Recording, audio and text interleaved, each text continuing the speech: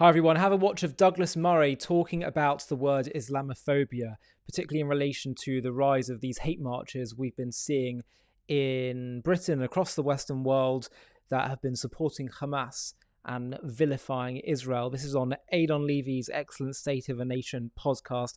Have a listen to what he says because it's really important that we unpack this word. The people who stand up in mosques in the UK and incite violence against my country, incite violence against Jews, incite violence against minorities, yeah, I'm against them. And in our era, there's this very clever trick, which, as you know, was originated by the Muslim Brotherhood, which was to call this rational fear of an element of Islam a phobia.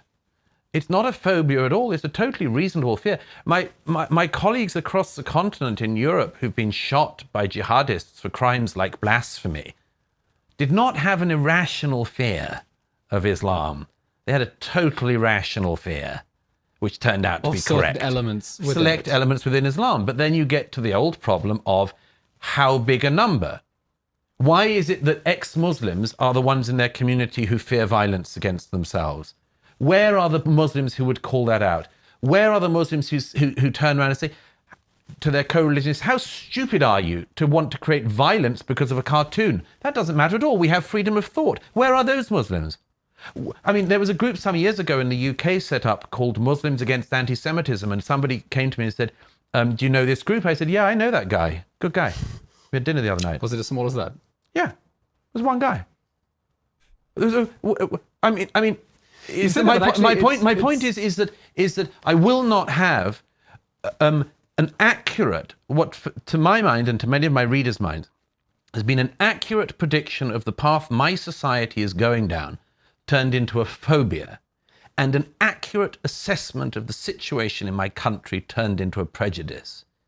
It is not. It's interesting you said that, because actually here in Israel, I'm fairly optimistic what we've seen since the October 7th massacre, with so many Arab citizens of Israel, including Muslims, who were so horrified by what happened that the level of their identification with Israel went up, because they all took a look at it and said, oh my God, I want absolutely nothing to do with that. And it strengthened their Israeli identity. And I think the point is that happens when the crocodile is that near the boat. When it's that near the boat, that would happen. You can find... There isn't, I mean, no Muslim leaders in Israel want to be associated directly or indirectly with the horrors that Hamas perpetrated. But this is the same thing with secularists who left Iran. Societies which are ruled by this horrible extreme Islamist ideology are a catastrophe everywhere. And some Muslims get very, very badly burned by it. They're usually the first victims of it. But I would like those people to stand up. I'd like them to stand up against terror. I'd like them to realize this comes for them as well. Too many of them think, I'll keep my head down, I'll keep out of the way. And I think that also is a shameful position to be in. So no, I don't accept that there's any phobia or anything like that in any of this. I think that there is a serious problem in Western societies with people who believe an utterly fascistic ideology. The one place, so I must just make this point, there's another point of history, but the one place in the world at the end of the Second World War where a Nazi returned home and was celebrated in triumph was where? Oh, that's a good question. The one place where a Nazi returned home and was, gosh, I don't know. Egypt. Who? The Grand Mufti. Huh. Al-Husseini returns from prison in Yugoslavia, where he was not prosecuted in 1946. He's detained. The CIA actually was listening to Egyptian public radio, and so we have a transcript of what was said when he, the head of the Nazi battalion in this neck of the woods, when he returns home. Everywhere else in the world, a Nazi in 1946 slinked away. They went to live in South America. And by the way, do you know which was the only European country whose Jewish population grew during the Second World War? Yes, I do know that. Muslim Albania. Yeah. Muslim Albania. So, but hang on, the point I have to just finish this. So the point is that when he returned home, everyone else, Eichmann, all these people, they all go to South America and go under different names. The Mufti returns to Egypt, and Egyptian public radio says, The lion of the Muslims, the scourge of the Jews, has returned to us.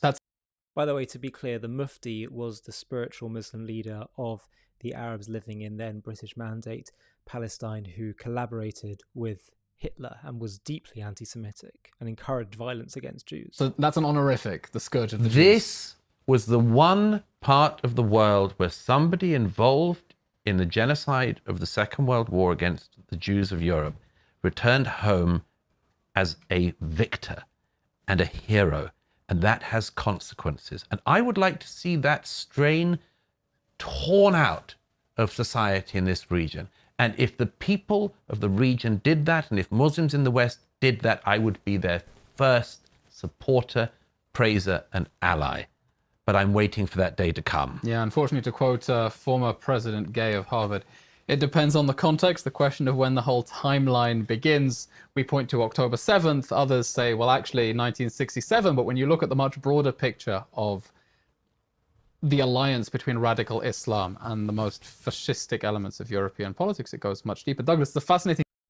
Interesting point. And I think there's been a lot of people experiencing paradigm shifts post October 7th, because we've seen from polling now, whether it's in Gaza and Judea and Samaria, majority support for Hamas and what they did on October 7th, or just recently, just yesterday, we saw a poll come out in Britain that found 75% of British Muslims don't believe that Hamas committed rape or murder on October 7th. They think it's a conspiracy theory.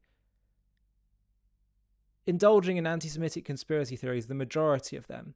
And so what this line we hear the whole time, oh, well, it's just a small minority and it's not a problem. No, there's a major cultural issue within many segments of Muslim society and culture. And this is not a bigoted statement. We hope that people in these communities, we can change their minds and their views. We've interviewed many people, from Suhail Ahmed to Loe Al-Sharif to Noor Dari, who have totally transformed their views and now become great supporters of Israel and the Jewish people and are anti, radicalism. But to simply bury our heads in the sand and say, well, it's just a tiny minority and, it's a small issue, the message has become clear. Saying that is simply allowing yourself to be eaten alive. And we can't do that anymore. We have to be bold and we have to call out the hate where we see it and the issues where we see it, rather than just being politically correct. I'm Ollie Annisfeld and you're watching JTV. Hi everybody, thanks for watching. If you want to watch another one, click here. If you want to subscribe to stay up to date with all the latest JTV content, click here. And if you're feeling really keen, you can click the join button down below underneath this video, where you can get perks including early access to new videos and private live discussions with me, where we can talk about JTV content and strategy moving forward, and I'll get to hear from you. Thanks again for watching.